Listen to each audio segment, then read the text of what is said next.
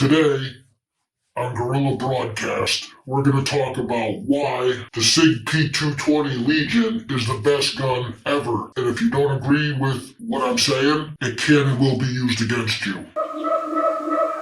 So, I've been carrying this Sig P220 Legion for the past 5 years, and if I was going to buy another gun, I would just buy another Sig P220 Legion. It has all the options that I need. What people generally like about the 1911 is that it's a single stacked magazine and it shoots the .45 caliber bullet. Now, the Sig P220 does that. However, you have a lot more options with the 220 than you would with the 1911.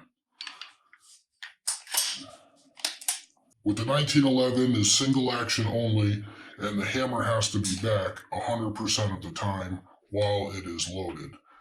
Now, in my opinion, you get all sorts of junk and shit back there, and it's just not good.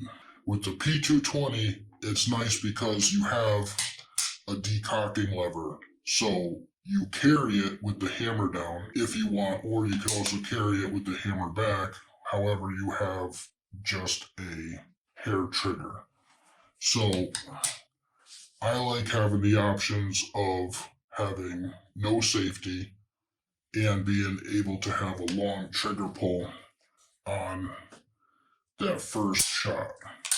So your first shot will be in double action only, and then it will be in single action. So your first shot, the trigger pulls the hammer all the way back, the gun cycles, and then you have single action.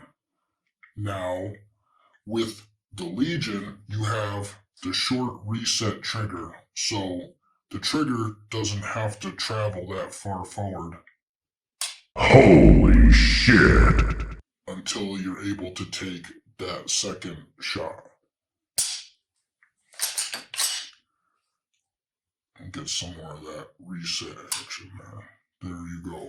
And we're going to go back to the decocking lever, because if you took 1 or 2 shots and you don't want to take this shot here, all you have to do is bring that decocking lever down and it decocks the hammer, and now you are back in safe mode that you were when you started. The advantages of having a full metal Sig is that it's heavy, which allows it to absorb some of the recoil. Your wrist is the access point, so the gun wants to climb upwards, but because it's heavier, it takes a lot more force for the recoil to pull it up. So with the polymer frame, the gun is a lot lighter, and with the subcompact, it's a lot shorter, which brings that access point a lot closer to your wrist, so it will feel a lot more snappier. The single stack magazine is thin. One of the advantages of having it thin is that your grip thickness is a lot thinner, so you'll be able to grip it very well if you have smaller hands. If you get your hands on one of these Sig brand Kydex holsters, I highly recommend it. I went with it because it was the absolute thinnest profile that I could possibly get.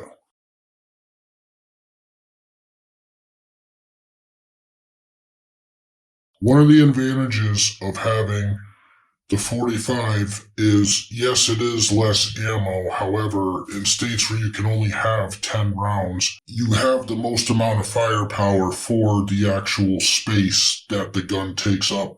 A lot of people like their full-sized Glocks and everything else, but in restrictive states, you're walking around with the magazine half empty, and it's just kind of like, why are you doing that? And you're just being a retard. However, you get the most bang for your buck in restrictive states if you just go with a .45. This is what it looks like after you've been carrying it for 5 years every day, and it still shoots like a dream, and I highly recommend it. If I was going to buy another gun, I would just buy the same gun over again. This way I'd have 2, and if I needed another one, I would just buy a third, and that's it. And once you buy this gun, it's going to kill your desire to buy any more guns, because it's fine and perfect the way it is. Fuck off.